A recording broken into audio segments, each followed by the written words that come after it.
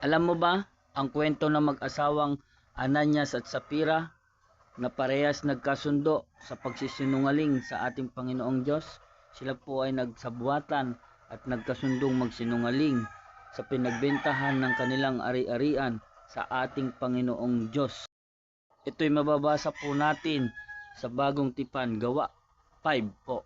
Diyan po natin yan mababasa. Gawa 5 po. Basahin po natin. Sila po ang mag-asawang nagsabuatan na magsinungaling sa ating Panginoong Diyos sa kanilang pinagbentahan ng kanilang ari-arian. Tandaan nyo ito, ang pagsisinungaling ay may kibat na parusa sa ating Panginoong Hesus at Panginoong Diyos. Kung ikaw ay nagsisinungaling ngayon at sinungaling at hindi mo ito maiwasan, pumunta ka lang sa ating Panginoong Hesus at hingin mo ang pagbabago, sapagkat ang pagsisinungaling po ay nakakamatay po. Ito po ay naisusulat sa Bible na isa sa nakamamatay sa tao sa kanyang kaluluwa.